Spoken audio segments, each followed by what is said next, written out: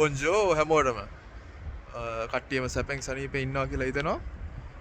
අද මම ඔයගොල්ලන්ට ස්පෙෂලි ෆ්‍රෙන්ච් වලින් ග්‍රීට් කරේ මොකද අද මම ඔයගොල්ලන්ට ගේන්නේ ෆ්‍රෙන්ච් වාහනයක්, ප්‍රංශයේ නිෂ්පාදිත වාහනයක්. ඔයගොල්ලෝ මේ පස්සේ දකින වාහනේ ඔයගොල්ලෝ හොඳට දැකලා ඇති ලංකාවේ ෆේමස් වාහනයක් Peugeot 3008 එක. හැබැයි ඒක නෙමෙයි මම අද ගේන්නේ ඔයගොල්ලන්ට මෙන්න මේ වාහනේ. ඔව් මේ තමයි Peugeot 3008 2022 මොඩල් එක. ඔයගොල්ලන්ට ලංකාවේ ටිකක් දැක ගන්න අමාරු මොඩල් එකක්. මේක ෆේස් ලිෆ්ට් වර්ෂන් එක 2021න් පස්සේ වගේ තමයි මේක රිලීස් කරේ Peugeot. මේකේ මේ ස්පෙસિෆික් වාහනේ පොඩි විශේෂයක් තියෙනවා. ඒක තමයි මේක GT ග්‍රේඩ් එක. ඒ වගේම බ්ලැක් ට්‍රිම් එක තමයි මේක. මේකේ ඔක්කොම ඔයගොල්ලන්ට පේනවා වගේ ලෝගෝ බැජස් ඒ ඔක්කොම බ්ලැක් වලින් එන්නේ.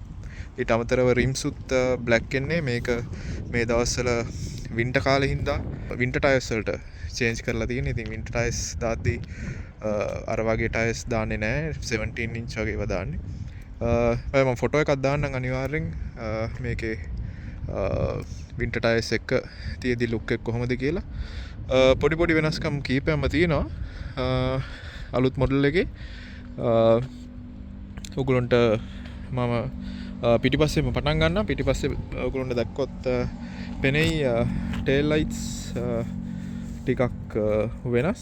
පරණ එකේ ඔයගොල්ලන්ට අර ඈතින් පේන ඇති බ්ලොක් තුනක් වගේ තියෙන. ඒ වුණාට මේ පාර එකේ බ්ලොක්ස් නෙමෙයි වෙනම ස්ට්‍රිප්ස් උත්තුනක් තියෙනවා. ඔයගොල්ලන්ට සමහරට මෙහෙම කරාම තව ලේසියෙන් බලා ගන්න පුළුවන් වෙයි. මෙන්න මේව තමයි අලුත් ටේල් ලයිට්ස් එන්නේ. මේක 2022 ඉඳන් එන මොඩල්ස් වල දකින්න හම්බෙන විශේෂත්වයක්. සහ අපි ඉස්සරහට ගියොත් ඉස්සරහත් සැලකිය යුතු වෙනසක් තියෙනවා. පරණ ලයිට්ස් වලට වඩා පොඩ්ඩක් සිංහයේ ලුක් එකකුත් තියෙනවා. සහ මේ දෙපැත්තෙන් ලයිට් ස්ට්‍රිප්ස් දෙකකුත් යනවා. ඒක DRL එක වගේම සිග්නල් ලයිට්ස් විදිහටත් මේවා ඔපරේට් වෙනවා. එළියේ ගත්තොත් ඔයගොල්ලන්ට මේක ඇෂ් කලර් එකකින් තියෙන්නේ. අපි ටග් ගාලා වටේ බලාගෙන යමු. මේකේ මේකත් අපි අර කලින් ගෙන අපු ටිගුවන් එක වගේම ඩීසල් වාහනයක්. කලින් වගේම මේකේ ඩීසල් වලට අමතරව ඇඩ්බ්ලු අනිවාර්යෙන් දාන්න ඕනේ. සහ මේක එන්ජින් එක 1005 1.5 ලීටර් ටර්බෝ ඩීසල් එන්ජින් එකක් තියෙන්නේ. මේකේ 130 හෝස් පවර් එකක් තියෙනවා. හොඳ ස්මූත් රයිඩ් එකක් තියෙනවා. ඔයගොල්ලන්ට ඉස්සරහින් බලා ගන්න පුළුවන් ෆ්‍රන්ට් කැමරා එක සහ රේඩාස්. අපි එහෙමනම් ටග් ගාලා ඇතුළත් බලලා ඉමු. ටේල් ගේට් එකෙන් පටන් ගමු. පිටිපස්සෙන් අපි සුපුරුදු පරිදි මේකේ මොටරයිස් ටේල් ගේට් එකක් තියෙනවා. ඔයගොල්ලන්ට මෙහෙම කරලා කකුලෙන් පොඩි කික් එකක් කරාම ටේල් ගේට් එක අරගන්න පුළුවන්. හරි ලේසි. ඒක බඩු අතේ තියෙනලාට විශේෂයෙන්. පිටිපස්සේ හොඳ ලගේජ් ස්පේස් එකක් තියෙනවා. කලින් මොඩල් එකේ වගේම තමයි. සහ මේක උස්සලා වාට තව යටත් හොඳ ස්පේස් එක වීල් එකක් දාන්න උනත් පුළුවන්. සහ මේ උස්සන එක ඔයගොල්ලන්ට මෙතෙන්ට හිර කරලා ලේසියෙන්ම උස්සලා තියන්න පුළුවන්. අතින් උස්සන් ඉන්න ඕනේ නැහැ. පිටිපස්සේ තව 12 වෝල්ට් පවර් සප්ලයි එකක් තියෙනවා. බඩු ටිකක් දාලා තියෙන්නේ. වැඩි ගණන් ගන්න එපා. දැනට පාවිච්චි කරන විදිහින්ද. මෙතනින් ඔයගොල්ලන්ට කකුලෙන් ඔපරේට් කරන එක ඔන් ඔෆ් කරන්න පුළුවන්. සහ වාහනේ ටේල් ගේට් එක වහගන්න පුළුවන් මේ. අපි යමු පිටිපස්ස බලන්න.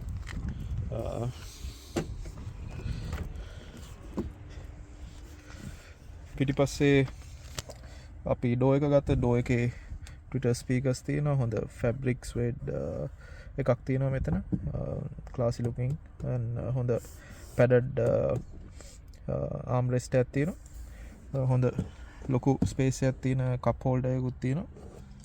ඊට අමතරව බැක් සීට් එක ගත්තොත් හරිම කම්ෆර්ටබල් leather and මේකත් leather වගේම තමයි මම හිතන්නේ ඇල්කන්ටයිරා leather වගේ leather එකක් ඒක ෆැබ්‍රික් එකක් වගේ leatherත් වගේ තුන් දෙනෙක්ට හොඳට කම්ෆර්ටබල් යන්න පුළුවන් විශේෂ දෙයක් තමයි මේකේ මැද ෆ්ලෝ හම්ප් එකක් නැහැ සෝ ඒක නිසා හරිම කම්ෆර්ටබල් මැද USB ports දෙකක් තියෙනවා AC vents තියෙනවා 12 volt power supply එකක් තියෙනවා හැබැයි අලුත් ටිගුවන් එකේ වගේ අපි කලින් බලපු separate climate control එකක් නැහැ මැද්දේ armrest එක තියෙනවා සහ ඔයාලට මෙතනින් ආයේ open කරලා access එක ගන්න පුළුවන් පිටිපස්සට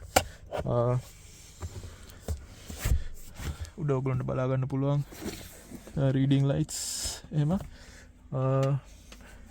සහ පිටිපස්සේ දැන් බැලුවාම මේක තමයි තියෙන look එක මම හිතන්නේ ගොඩක් ෆෑන්ස්ලා ඉන්නවා ලංකාවේ 3008 එකේ 5008 එකේ බැලුවාම ලොකු වෙනසක් පේන්නේ නැති ඇති මම හිතන්නේ ලොකුම change එක තියෙන්නේ infotainment screen එකේ මේ පාර ටිකක් ලොකු screen එකක් හම්බ වෙනවා අපි යමු ඉස්සරහට බලන්න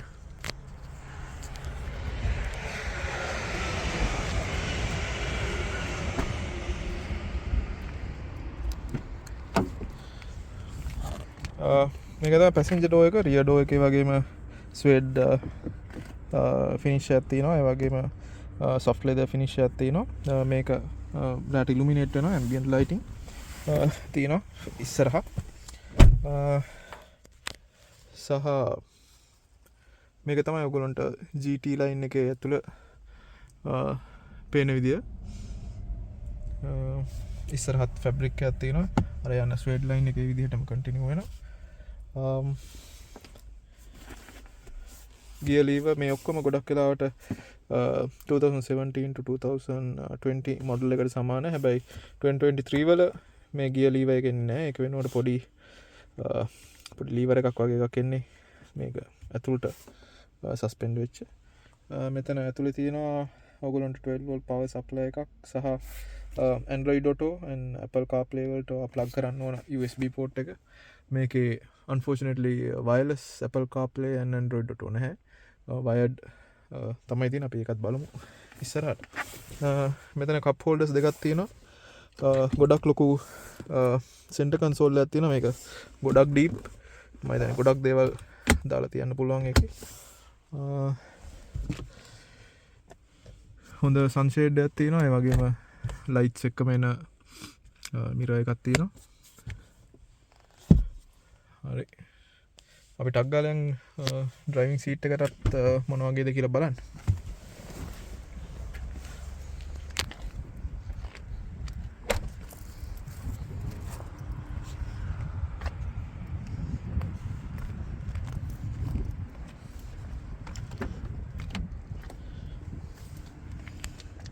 කලින් කියන්න බැරි වෙච්ච දෙයක් තියෙනවා ඉලෙක්ට්‍රික් සීට් එක ඩ්‍රයිවර්ට ෆුල් ඉලෙක්ට්‍රික් සීට් එකක් එනවා හැබැයි පැසෙන්ජර් ගේ ඉලෙක්ට්‍රික් සීට් එක නැහැ හැබැයි ඔයගොන්ට මේ දකින්න පුළුවන් මසාජ් ෆන්ක්ෂන් එක සීට්ස් දෙකේම තියෙනවා ඒක නිසා මසාජ් එක දාගෙන සැපේ යන්න පුළුවන් අපි ස්ටාර්ට් කරලා බලමු වාහනේ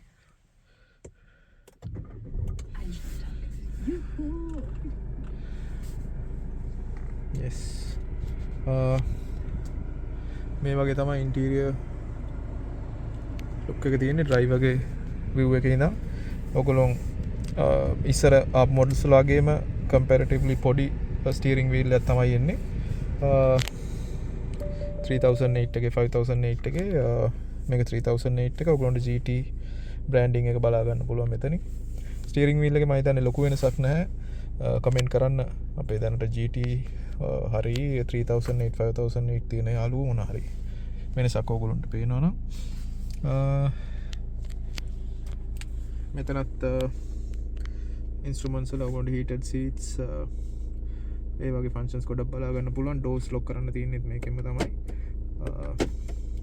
සහ the vehicle related functions මෙතනින් බලා ගන්න පුළුවන් අපි ගොඩක් පොපියුලර් වෙච්ච මම දැන් ලංකාවේ වුණත් ආපු දවස්වලම Peugeot එක මේ ඩිජිටල් කොක්පිට් එක තමයි ගොඩක්ම ෆේමස් වුණේ මේක i cockpit කියලා තමයි Peugeot ලා බ්‍රෑන්ඩ් කරලා තියෙන්නේ සෝ මේක මෝඩ්ස් කීපයක්ම තියෙනවා. සෝ මේක ඩ්‍රයිවිං මෝඩ් එක සහ මේකට ගියොත් මේක මොනවද ඩයල්ස්. සෝ මේකේ ඔයගොල්ලන්ට ඩයල්ස් බලා ගන්න පුළුවන්.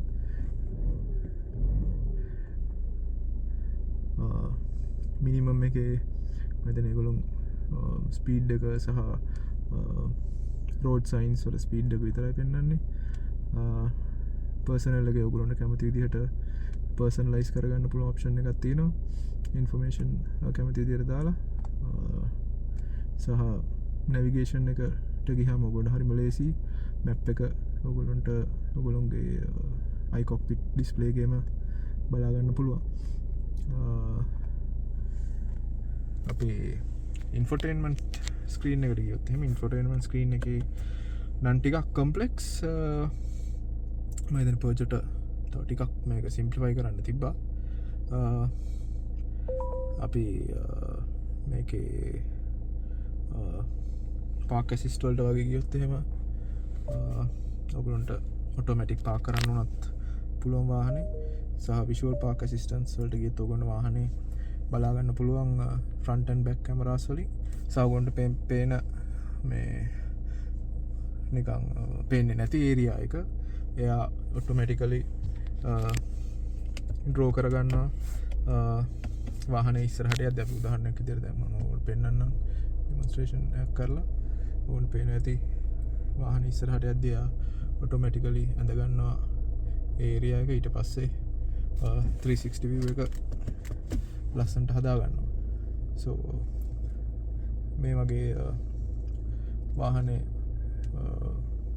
ටර්නිං සර්කල් එක බලා ගන්න ඕගොල්ලන්ට මෙහෙම ලයින්ස් වලින් උනොත් බලා ගන්න පුළුවන්. ඒක හොඳ ෆීචර් එකක්. ඒ වගේම මේකේ මේක ඔයගොල්ලෝ නෝට් කරන්න ඇති කලින්ට වඩා ලොකුයි ස්ක්‍රීන් එක සහ දෙපැත්තේ බටන්ස් ඒවා මොනවකුත් නැහැ. ෆුලි ටච් ස්ක්‍රීන් එකක් තියෙන්නේ. ඔයගොල්ලන්ට ක්ලයිමට් කන්ට්‍රෝල් ඒ වගේ හැමදේම වගේ මෙතනින් මැනේජ් කරන්න පුළුවන්. සහ මැප් ඩීටේල්ස් ඔයගොල්ලන්ට 3D map සර්විස් එක උනත් මේකේ හම්බෙනවා. මේක මෙහි අරගද්දී ඔයගොල්ලන්ට අවුරුදු 2ක වොරන්ටි එකක් හම්බෙනවා වාහනේට.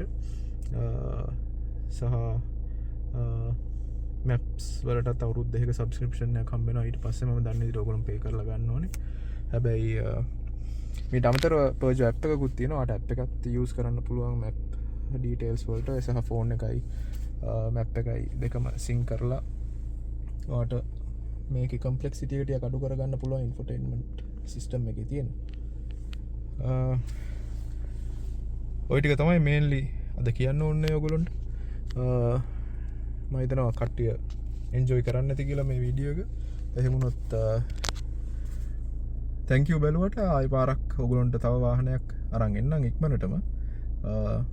මතක subscribe කරන්න, වීඩියෝ එකට කැමති නම් like එකක් දාන්න සහ කමෙන්ට් එකකුත් දාගෙන යන්න. ඔයගොල්ලන් තව බලන්න කැමති දේවල්, වාහනේ විස්තර මොනවා හරි දේවල් දැනගන්න කැමති නම් ආයෙමත් ඉක්මනටම හම්බෙමු.